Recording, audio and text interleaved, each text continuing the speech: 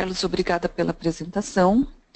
Hoje nós vamos falar sobre a aplicação prática da isoterma de sorção. Não vamos falar de princípio de atividade de água e vamos falar um pouco só de como gerar a isoterma de sorção, mas vamos conversar muito mais sobre a aplicação. O que eu faço com o meu resultado da isoterma de sorção? Nós temos alguns clientes que possuem o gerador de isoterma de sorção, eles traçam a curva e mesmo aqueles que não têm, alguns alunos de pós-graduação que fazem as isotermas de sorção em dessecadores ou por outro método, sempre acabam nos procurando, pedindo auxílio em como interpretar a curva de isoterma. Então, a nossa apresentação de hoje será mais focado nos tipos de curva e no que nós poderemos auxiliar quanto à interpretação da curva da isoterma.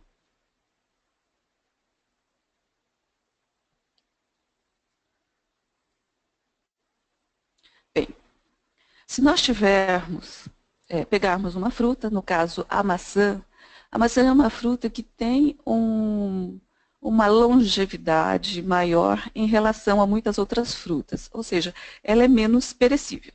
Só que o transporte dessa fruta, ela pode, se você bate, ela acaba sofrendo injúrias e não fica comercialmente viável.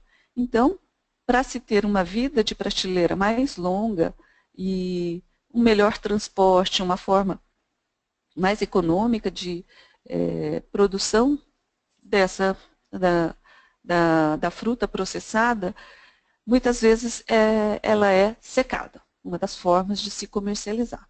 E conforme o procedimento que você faz, o processo de secagem, você pode ter uma maçã como o da esquerda, mais branquinha, ou da direita, que é mais escura. Para mim, a maçã da esquerda, mais branquinha, me parece mais atrativa. Mas tem gente que gosta de mais caramelizada, mais escura, e pode preferir o da direita. Tanto um processo quanto o outro é a extração de água. E vai depender muito de como você extrai essa água para se ter um dos dois produtos. Então, sempre tratando de água e de atividade de água, o principal propósito para a preservação de um alimento, de um medicamento, de um cosmético, é o controle da atividade de água. Okay? E a isoterma de sorção, que é o nosso foco hoje, ela vai fornecer a informação detalhada da interação entre a atividade de água e a umidade do produto. Dentro da sua indústria, como você vai utilizar a isoterma de sorção? A isoterma, até então, parecia um parâmetro muito de pesquisa, muito de universidade, muito didático somente, mas hoje nós temos muitas indústrias utilizando a isoterma de sorção, o gerador de isoterma, para os seus produtos, para a fabricação dos seus produtos.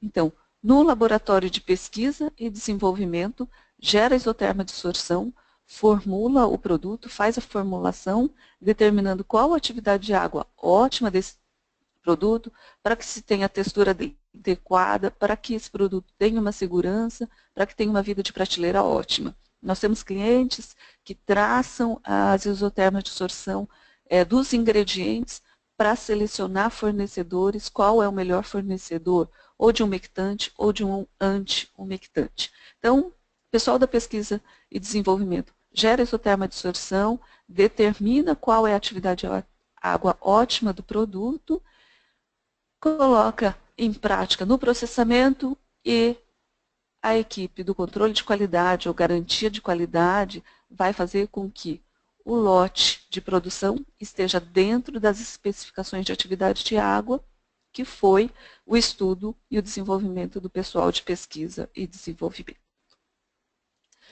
Brevemente, o que é uma isoterma de sorção? Em princípio, a gente sempre diz assim, a atividade de água é diferente de umidade e cada um é um parâmetro distinto, não tem nada a ver uma com a outra. Mas nós podemos traçar uma isoterma dissorção, gerar isoterma dissorção, que é a relação entre a atividade de água com a umidade do seu produto. Para traçar essa curva, então, você vai ter diferentes atividades de água correlacionada com diferentes umidades do seu produto, sempre na mesma temperatura. O termo isoterma significa mesma temperatura, ou seja, durante todo o processo, a sua amostra tem que ser mantida na mesma temperatura. Cada produto vai ter a sua isoterma característica.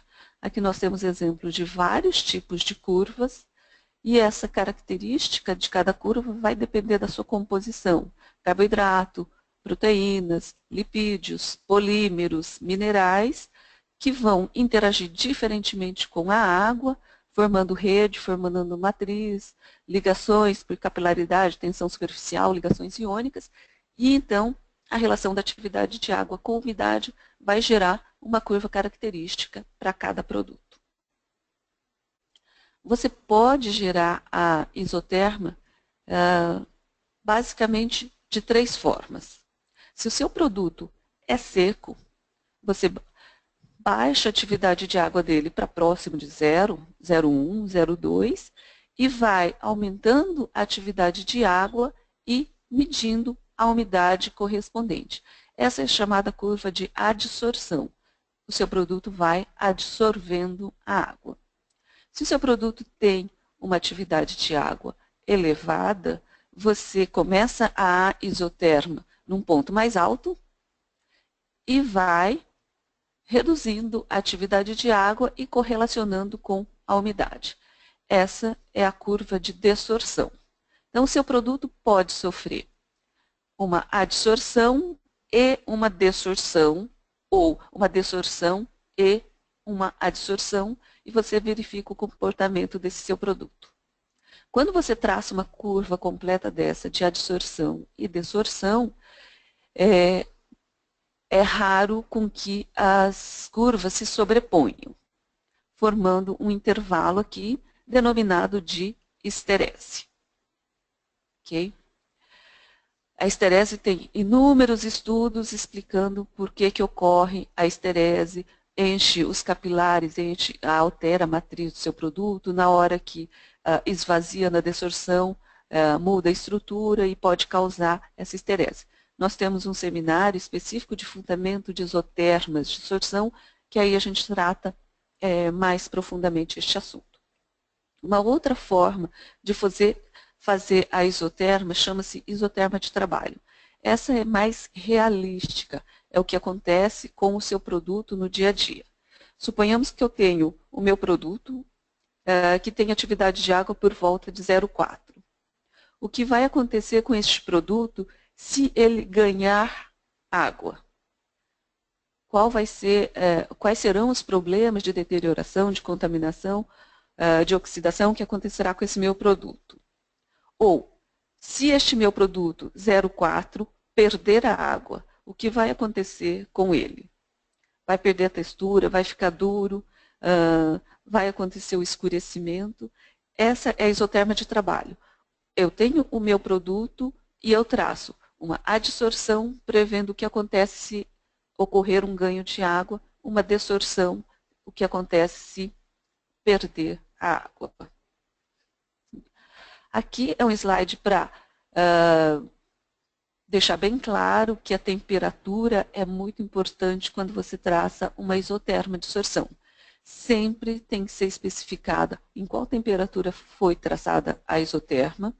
Essa temperatura deve ser mantida constante durante todo o período da sua isoterma, porque a temperatura tem um efeito sobre a atividade de água, afetando a mobilidade de água, e a isoterma se modifica conforme a temperatura. Por exemplo, aqui nós temos um estudo de batatas que foram traçadas em algumas temperaturas, e feito o cálculo matemático para prever de 0 a 100 graus Celsius.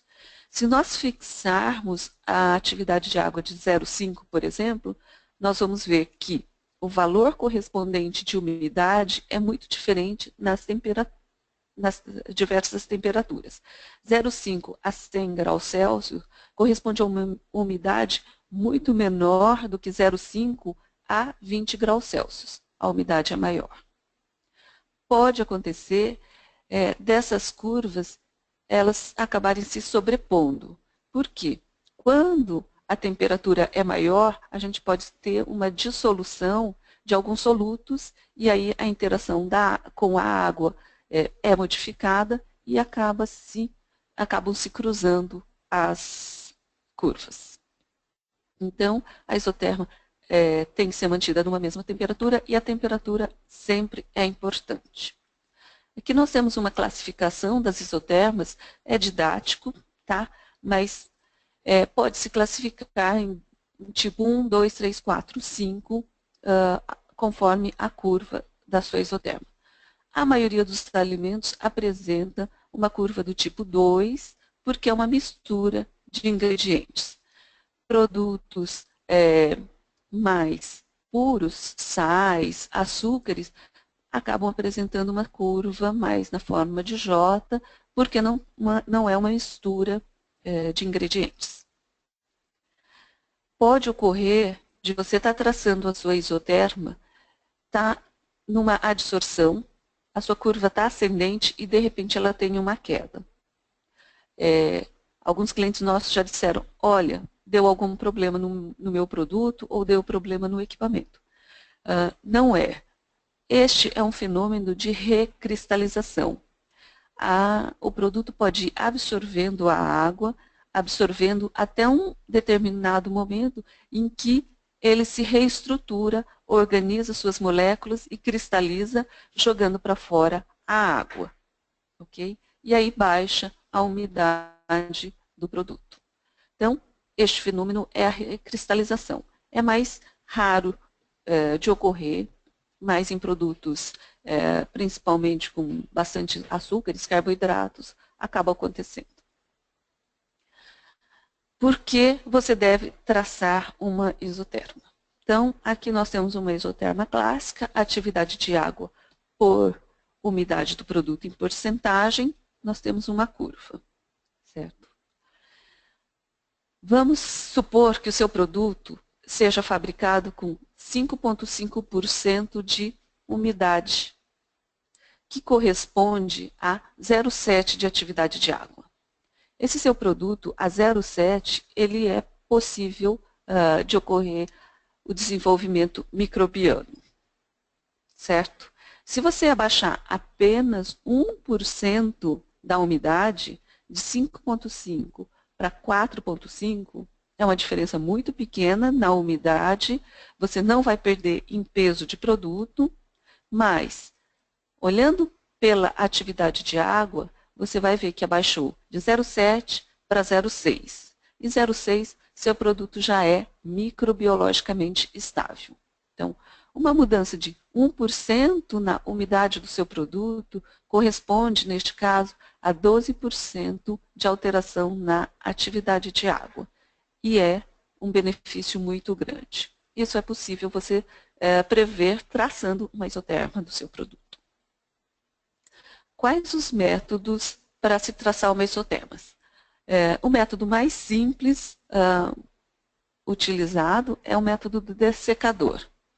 Você coloca em vários dessecadores soluções saturadas salinas de diferentes sais, promovendo umidades relativas diferentes. Dentro deste seu dessecador, você coloca seu produto desidratado e pesado e deixa atingindo o equilíbrio. Dependendo do seu produto, pode demorar de 1 a 3 semanas para atingir o equilíbrio. É um método muito lento. Eu utilizei muito esse método durante a minha pós-graduação. É bastante trabalhoso, porque você tem que ficar abrindo o dessecador, pesando a sua amostra, pode ocorrer perdas da sua amostra durante estas muitas manipulações, ocupa muito espaço, você obtém poucos dados e geralmente você só gera uma isoterma de trabalho. Tá? Dificilmente você faz isoterma de adsorção e desorção completa. A única vantagem que eu vejo desse método é que, como o dessecador é de vidro, você enxerga o que está acontecendo com a sua amostra lá dentro. Hoje nós temos equipamentos bastante sofisticados que fazem a isoterma muito mais rapidamente e mais eficiente.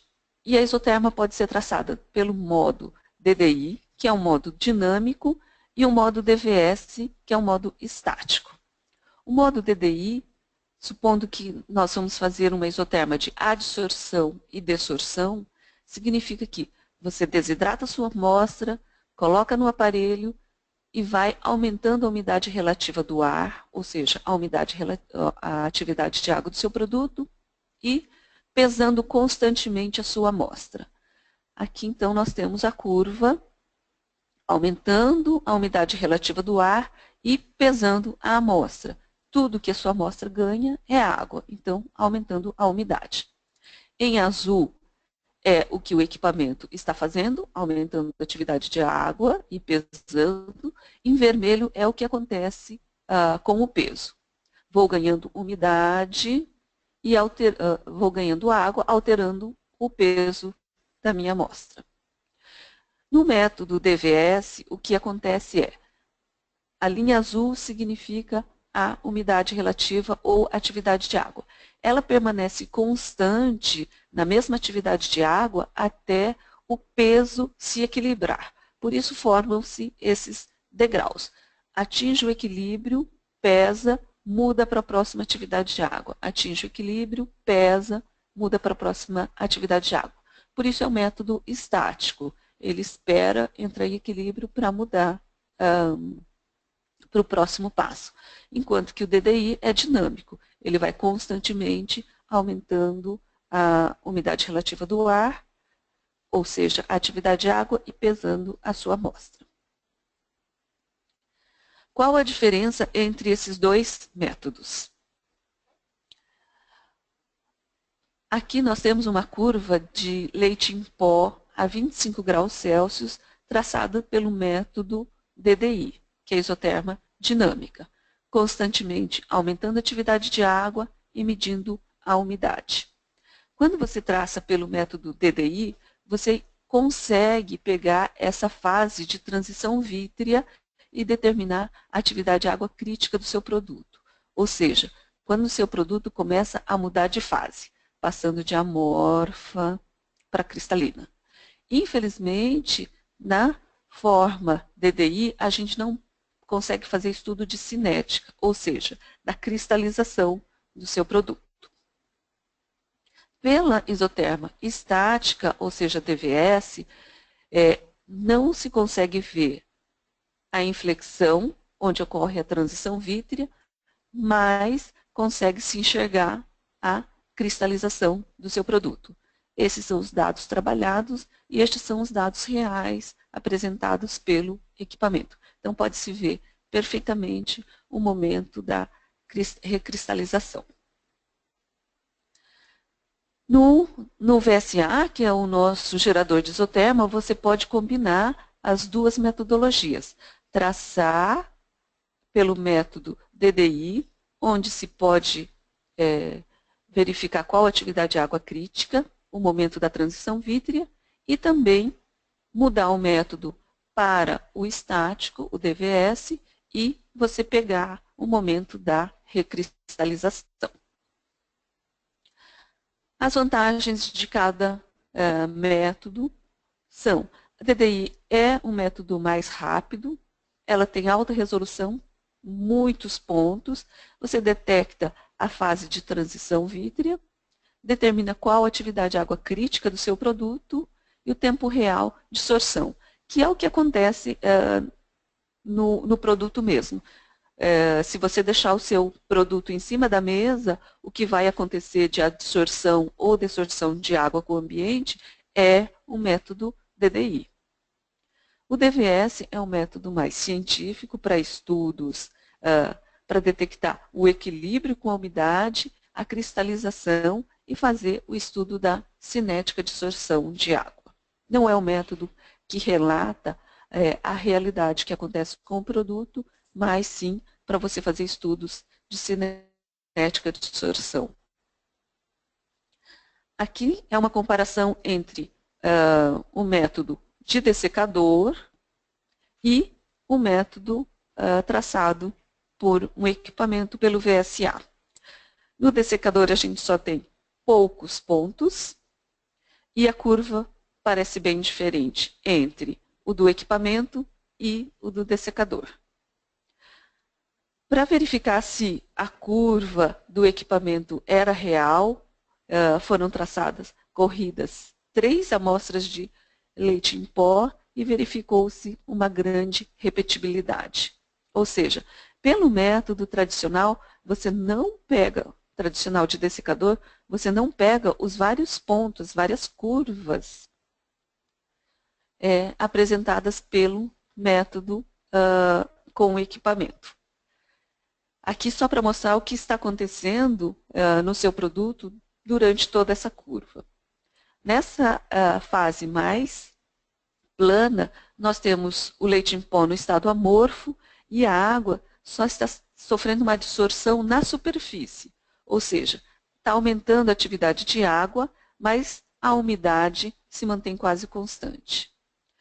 A partir da atividade água crítica ou o momento da transição vítrea, há um aumento na absorção da umidade, aumenta a umidade, com pouca variação da atividade de água.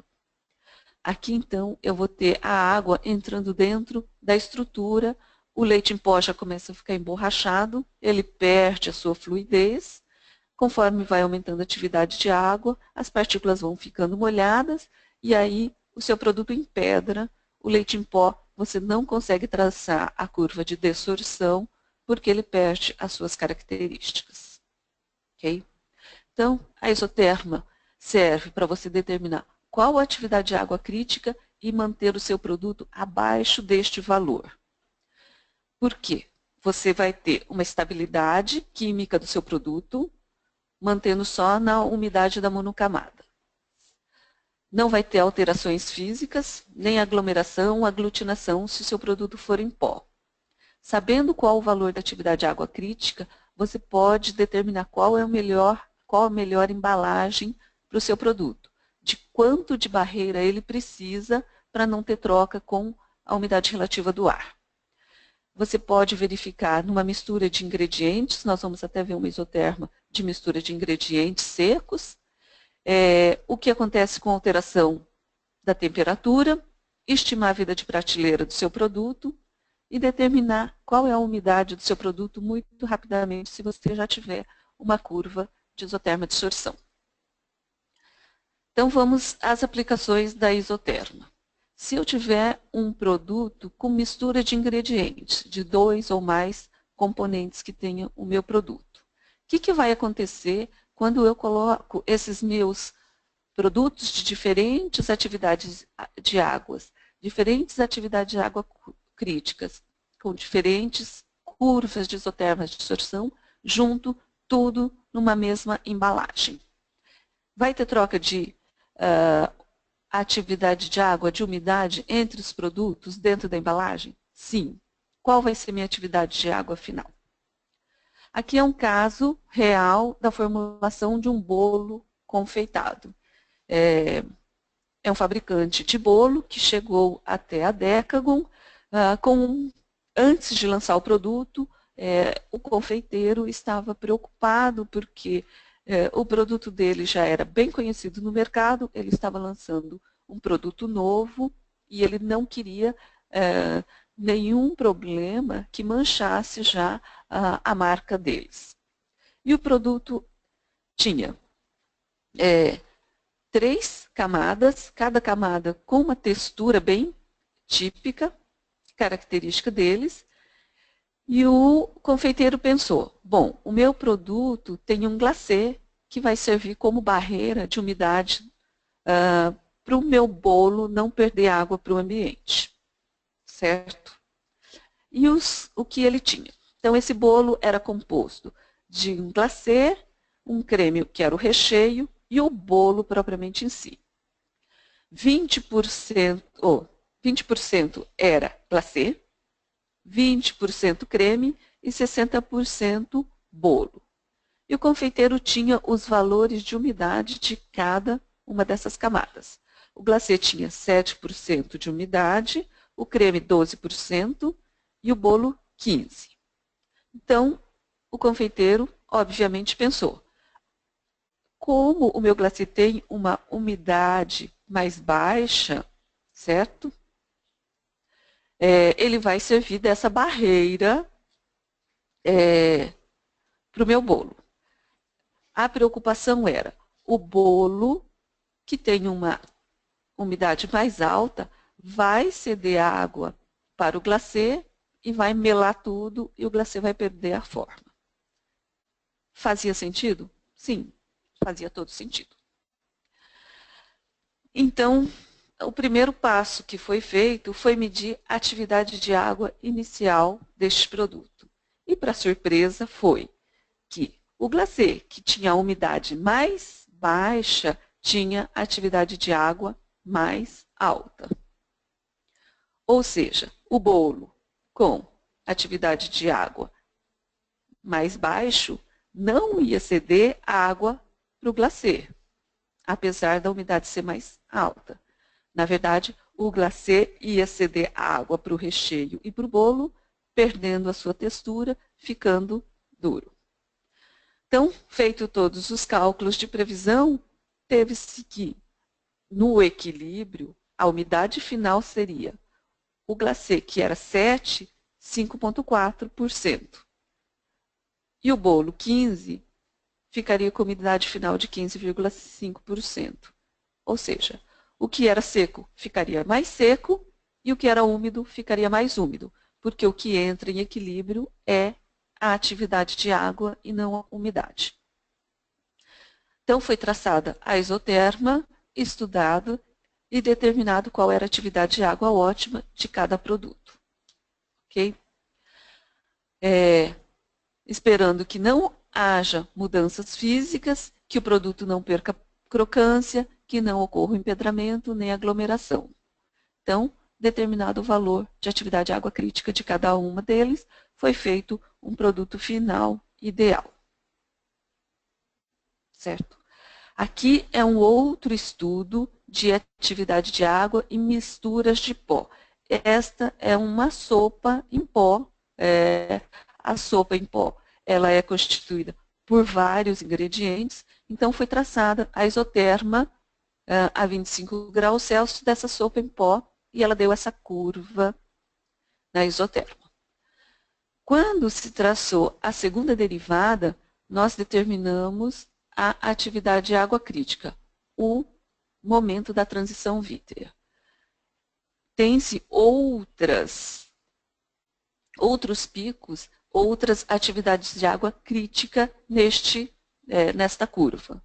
Isto ocorre porque é uma mistura para pó, então nós vamos ter vários picos determinando várias atividades de água crítica.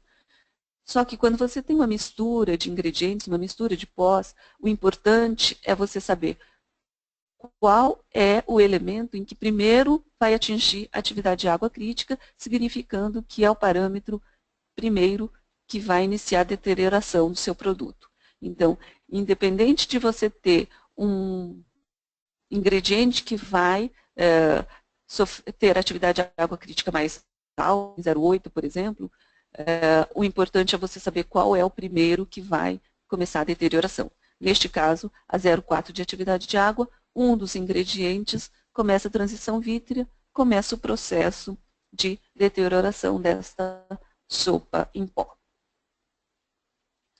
Este foi um caso de um fabricante de ração que ele fabricava o seu produto sempre a 7% de umidade e ele nunca tinha medido a atividade de água. A 7% de umidade, ele não sabia quanto era a atividade de água dele. Mas ele nunca tinha tido problemas de mofo com seu produto. Uma ração ela é fabricada misturando-se os vários ingredientes secos, adiciona água, essa mistura passa por uma extrusora e depois ela vai para a secagem. Então, misturava-se os ingredientes, adicionava água e secava. Uma curva de isoterma característica. Entretanto, um lote deste produto estava com 7% de umidade e mofou. E aí, pelo histórico do produto, nós vimos que esse lote de produto tinha sido secado além dos 7%. Tinha sido secado até 5% de umidade. Se você secar muito um produto, ele fica muito duro e também você perde em peso. E o que ocorreu foi que eles reidrataram esse produto até 7% de umidade. Então, o que acabou acontecendo foi que, na primeira secagem, com 7% de umidade, o produto tinha 0,6 de atividade de água, que é um produto seguro microbiologicamente. Então, sofreu todo o processo de extrusão e secou até 7% de umidade, tinha 0,6 de atividade de água, que é um valor seguro para prevenir o desenvolvimento microbiano. Só que este lote foi seco até os 5% de umidade e foi reidratado até 7% de umidade. Nessa reidratação, o que aconteceu foi que o produto, ao invés de ter 0,6 de atividade de água, acabou ficando com 0,8 de atividade de água nos mesmos 7% de umidade. E 0,8 o produto pode mofar e foi o que acabou acontecendo. Certo? Então, quando o produto é seco, hidratado e seco novamente, pode acontecer muita coisa na estrutura e alterar a atividade de água do seu produto. Uma outra aplicação da isoterma dissorção é você verificar a textura do seu produto. Nós fizemos uma avaliação da textura de salgadinhos com o pessoal da Unesp, lá da IBIUS, durante o minicurso, e nós tivemos que, com atividade de água baixa, o pessoal deu notas altas ao salgadinho, porque ele estava crocante, ele estava como deveria. Até 0,4 de atividade de água, o produto recebeu uma nota alta. Conforme você foi aumentando, a gente foi aumentando a atividade de água do produto, ele foi perdendo a crocância e ganhando uma nota mais baixa. E vai bem de encontro com o estudo feito pelo Dr. Labuza sobre a crocância do salgadinho, dos produtos em relação à aceitabilidade sensorial. Aqui nós temos um outro cliente nosso que traça a isoterma de sorção para a seleção dos seus fornecedores. Aqui são duas curvas de um mesmo produto, porém de fornecedores diferentes. Eles trabalham com um anti-umectante. O anti-umectante 1, do fornecedor 1, apresentou uma curva de sorção mais plana, mais reta, e o do fornecedor, uma curva mais acentuada. Qual dessas curvas é melhor para um anti-umectante? Qual dos dois fornecedores vocês escolheriam para colocar no seu produto? Só lembrando que um anti-umectante você coloca para que, por exemplo, no seu produto em pó, para que ele não empedre, para que ele roube a água do seu produto ou do ambiente dentro da embalagem e não deixe essa água disponível para os pós que compõem o seu produto, para que eles não empedrem. Então,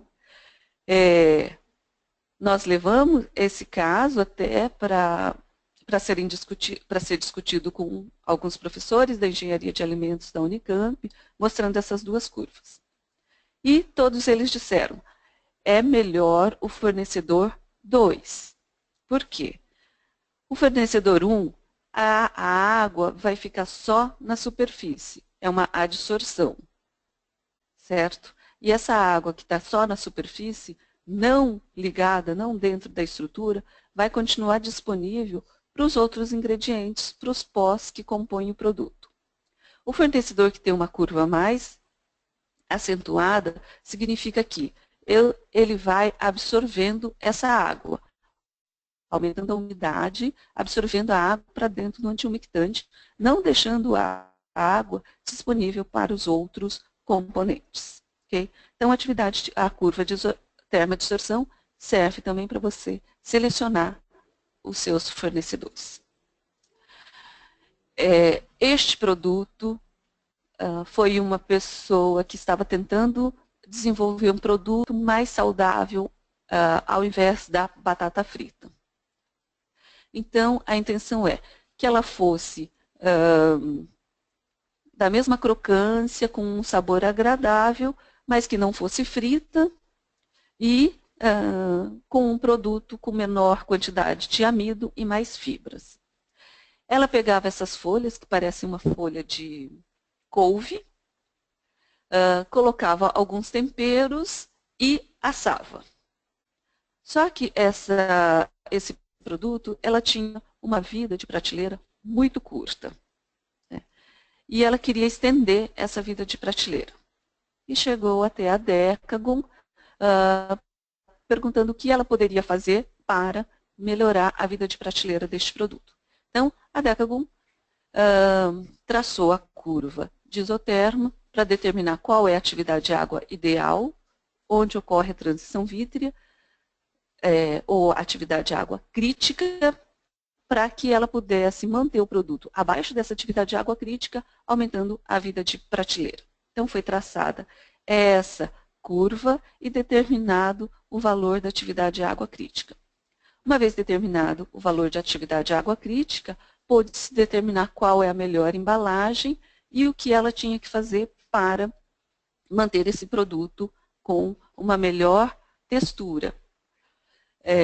A textura ideal e a embalagem ideal. Então, esse produto, antes, ela tinha uma vida de prateleira de 30 dias, tinha um mercado bastante limitado, porque ela não podia mandar para longe, a vida de prateleira era muito curta, tinha alteração indesejável da textura, porque a embalagem não era adequada e ela perdia a crocância e sofria o risco de mofar. Depois de traçada a isoterma e determinada atividade de água crítica, viu-se, aumentou-se para 6 meses de vida de prateleira, de 3 lojas que ela tinha, passou para 60 distribuidores e a empresa dela aumentou a confiança na segurança e na qualidade do seu produto. Também sobre textura, aqui em relação a balas duras, essa aqui é aquela bala Lifesaver, sim, que é uma bala dura e deseja-se que ela seja dura. Então, foi traçada a curva dessa bala e determinada qual é a atividade de água crítica dela. Como essa bala, o maior componente é açúcar, ela tem uma curva em J muito característica.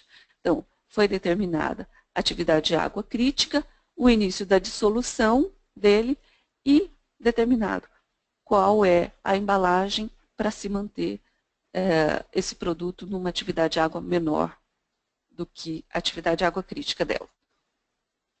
Em oposição, a bala TOF, que é uma bala mais macia, ela tem uma atividade de água crítica maior, ou seja, correlacionando a curva com a textura, nós vamos ter que, se a atividade de água é muito baixa, ela foi considerada uma bala muito dura e não a intenção de uma bala TOF, que ela seja dura. A atividade de água ideal dessa bala foi considerado em torno de 0,7, sendo que acima disso, em 0,65, ela foi considerada muito macia e pegajosa, porque não é uma característica dessa bala ser macia e pegajosa. Apresentando aqui para vocês um estudo de caso de embalagem. Uma empresa que produz um isotônico em pó, que era embalado em sachês, numa quantidade suficiente para você abrir o sachê, despejar dentro de uma garrafinha de água de 500 ml, homogeneizar e tomar esse isotônico. Esse produto tinha uma embalagem superdimensionada, segundo o fabricante, só que em menos de 30 dias, uma cliente tinha comprado uma caixa dessa embalagem e o produto tinha empedrado. O fabricante achou estranho, porque ele tinha superdimensionado a embalagem e não poderia ter empedrado. Então, chegou até a Decagon com o produto e as informações de embalagem. E a Decagon traçou o estudo da isoterma dessa embalagem e do produto. A embalagem desse fabricante de suco, ela a 25 graus Celsius, 75% de umidade relativa, tinha uma condutância ao vapor de água bastante baixo, 0,3, prevendo uma vida útil deste produto, deste isotônico, de quase 20 anos. Nós colocamos aqui umas outras embalagens só para ter como referência. Uma condutância mais alta e uma vida útil do produto um pouco mais do que um mês, certo? E a embalagem deste isotônico realmente tinha sido superdimensionado para 20 anos. Então, por que essa amostra, essa caixa tinha empedrado? Conversando com a pessoa, ela acabou deixando essa caixa dentro do seu carro e seu carro ficou ao sol. E aí, um carro ao sol atinge temperaturas bastante elevadas. Então, a partir disso, foi traçada uma nova curva a 40 graus Celsius. 40 graus Celsius não é tão elevado assim, dentro de um carro pode chegar a uma temperatura muito mais alta. Só que a 40 graus Celsius já se percebeu uma diferença gritante nessa embalagem. De 0,13 passou a 16 a condutância da embalagem e a vida útil de 20 anos passou para 28 dias. Ou seja, a caixa de isotônico ficou dentro do carro, foi a uma temperatura muito mais alta, por isso que acabou empedrando dentro da validade, ou em menos de 30 dias. Certo? Outra função da isoterma é seleção também de umectante. O estudo anterior foi de antiumectante, aqui é de umectante, quando eu quero que o produto mantenha a água presa, a água dentro do meu produto e mantenha a maciez. Por exemplo, o glicerol é um umectante bastante utilizado. Esse aqui é um estudo feito glicerol dissolvido em CMC, celulose microcristalina, que é um material inerte, para verificar o comportamento do glicerol a 37 graus Celsius. Aqui nós temos CMC sem nada de glicerol e a curva característica dele. Com 10, 20, 30, 40% de glicerol. Cada vez que eu aumento, eu adiciono glicerol, eu vejo uma diferença na curva. Supondo 0,8 de atividade de água sem glicerol, eu vou ter uma umidade abaixo de 10%. 0,8 de atividade de água com 40% de glicerol, eu vou ter quase 50% de umidade. Ou seja, aumenta bastante a umidade, eu tenho maior retenção de água no meu produto. Sendo assim, o presidente da Decagon, ele gosta bastante de fabricar embutidos e produtos cárneos, ele fez um jerked beef. O jerked beef normal, sem adição de glicerol, tinha umidade 15%, atividade de água 0,78 e foi, como se diz, numa análise sensorial pelos próprios funcionários da Decagon, considerado macia, certo? Então, ele pegou, só que 0,78 é uma atividade de água muito alta e esse produto pode começar desenvolvimento de mofos, leveduras e até algumas bactérias mais halofílicas. Então, optou-se pela adição de glicerol, até 10% permitido por lei. O produto continuou com os mesmos 15% de umidade. Entretanto, ele conseguiu baixar a atividade de água para 0,585, um valor seguro microbiologicamente. E, na análise sensorial, deu que a textura continuava macia. Ou seja, a adição de glicerol fez diminuir a atividade de água, mantendo a mesma umidade e mantendo a mesma textura macia. Na predição de Ross e Norris, a atividade de água com 10% de adição de glicerol seria 0,684. E na prática nós vimos que ficou menor ainda. Esse caso está relatado num blog da Decagon, cujo endereço encontra-se aqui embaixo. Ok? Então, a isoterma também é importante para você prever a vida de prateleira do seu produto, determinando o valor crítico da atividade de água. Na teoria, de dois pesquisadores muito famosos de atividade de água, o Dr. Bell e o Dr. Labuza, o aumento de 0,1 de atividade de água diminui a vida de prateleira de 2 a 6 vezes. Okay? Aqui, para encerrar, este é o nosso Aqualab VSA, é o gerador de isoterma adsorção. Ele pode somente medir atividade de água, trabalhar como um analisador de atividade de água, quanto traçar isoterma adsorção no método dinâmico, DDI, e no método estático, DVS. Ele funciona através de uma balança pesando a sua amostra e, para fazer a adsorção, entra um ar úmido que a sua amostra absorve, altera o peso e mede-se a atividade de água através do princípio de ponto de orvalho, ou ele pode entrar o ar seco para se fazer a isoterma de dessorção, da mesma forma pesar e medir a atividade de água. Nós encerramos aqui a parte da apresentação, agradecemos a participação de todos e abrimos para quem tiver dúvidas. Eu tenho recebido bastante questionamento do pessoal, se as nossas apresentações estão disponíveis. Sim, elas estão disponíveis no YouTube, no canal Decagon Device Latam, e essa apresentação vocês podem baixar aqui mesmo do GoToMeeting. Obrigada a todos. Muito obrigado a Tânia pela excelente apresentação e obrigado aos participantes. Como a Tânia mencionou, uma cópia em PDF dessa apresentação já está disponível na sua ferramenta, basta clicar e baixar uma cópia da apresentação em PDF. Também tem uma cópia do catálogo do equipamento mencionado.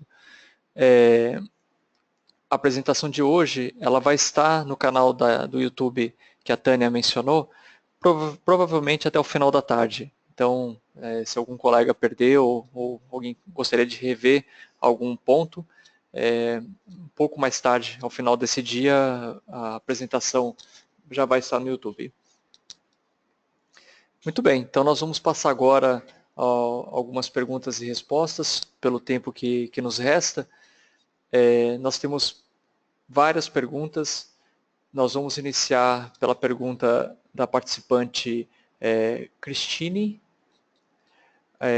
A Cristine pergunta, Tânia, é necessário umidificar na curva de adsorção?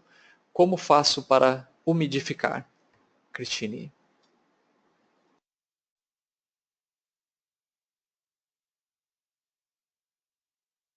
Cristine,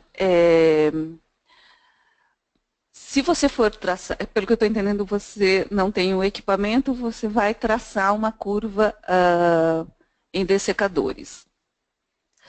Você pode fazer a curva de adsorção da seguinte forma: você pega a sua amostra seca, pesa, determina qual é a umidade, coloca dentro de um dessecador com diferentes soluções saturadas. Em literaturas você tem várias tabelas indicando quanto cada solução saturada vai proporcionar de umidade relativa do ar. Por exemplo, cloreto de lítio saturado vai te dar 11% de umidade relativa. NaCl saturado vai te dar 75% de umidade relativa. Cloreto de bário, se não me engano, dá 90% de umidade relativa. Cloreto de sódio, cloreto de potássio, 98%.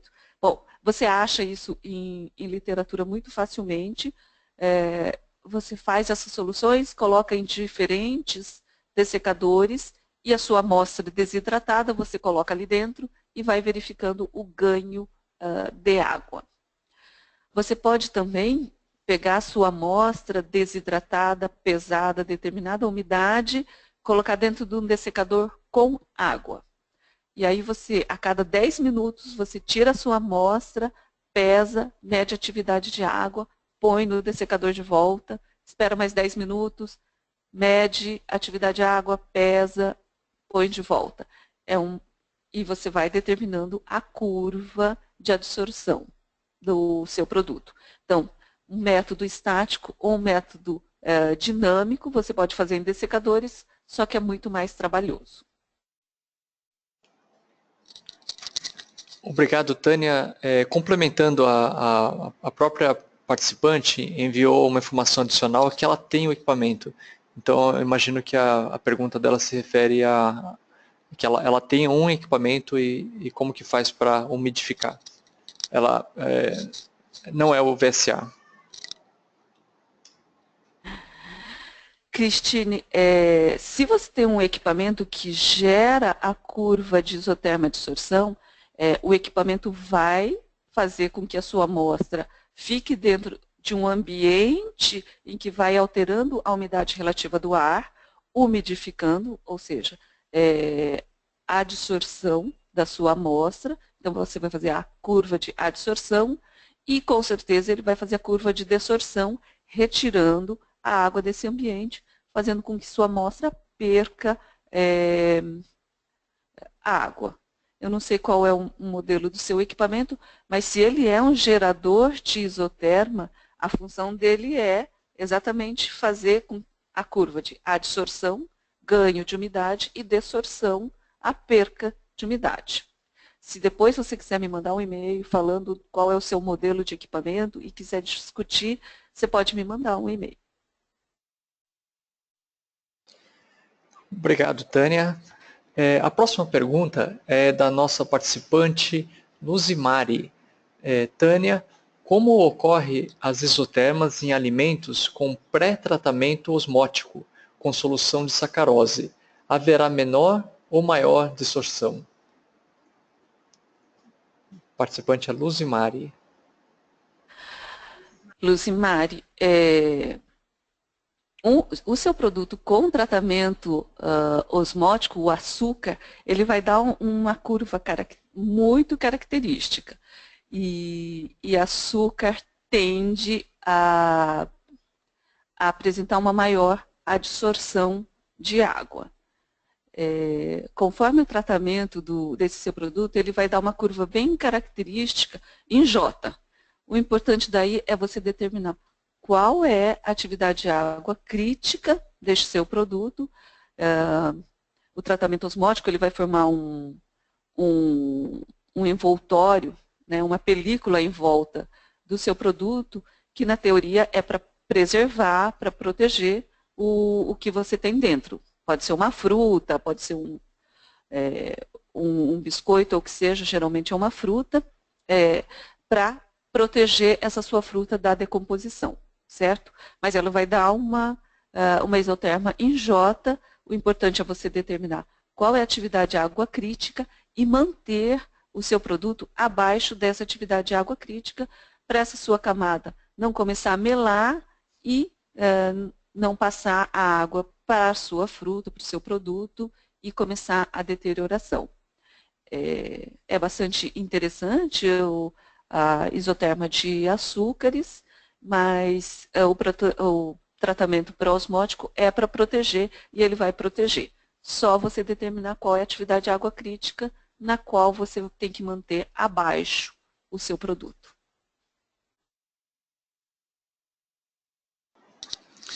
Obrigado, Tânia. Obrigado, Luzimari, pela participação. A próxima pergunta, Tânia, é da participante Sônia. Ela pergunta, Tânia, você apresentou vários métodos de se gerar uma curva de distorção. Quais os métodos que é possível fazer utilizando o equipamento? Imagino que ela se refere ao VSA. Sônia, no VSA, se você possui o VSA, você pode gerar as curvas de adsorção, desorção e a curva de trabalho. Assim como você pode gerar a combinação das curvas.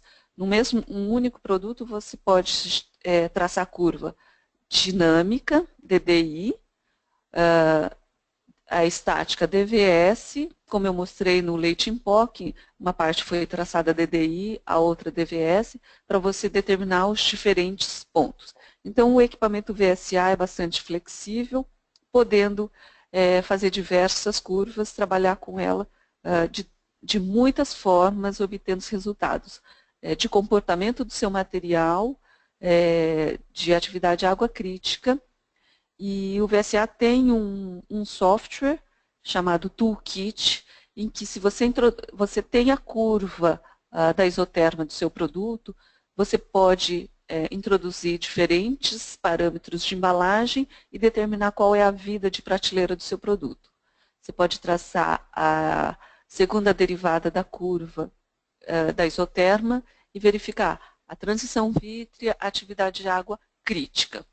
Se você tiver um produto com diferentes ingredientes e traçar a curva de cada ingrediente, ele faz o estudo e prevê qual é a atividade de água final que a mistura desses três ingredientes vão lhe dar. Então, se for o VSA o seu equipamento, ele tem uma flexibilidade muito grande. Muito obrigado, Tânia. Bom, nós infelizmente estouramos o nosso prazo, nosso horário aqui permitido para apresentação e precisamos encerrar. Nós temos ainda algumas perguntas que não foram respondidas, inclusive do participante Cesarotti. Nós vamos responder por e-mail as suas perguntas. Então, mais uma vez, obrigado pela sua participação. Dentro de cerca de 30 dias, nós teremos uma nova apresentação webinar científica como essa e estaremos enviando um e-mail, um convite a todos os que participaram na sessão de hoje. Então, nosso agradecimento pela tua participação. Desejamos a todos uma excelente semana. Esse é o fim da apresentação. Obrigado.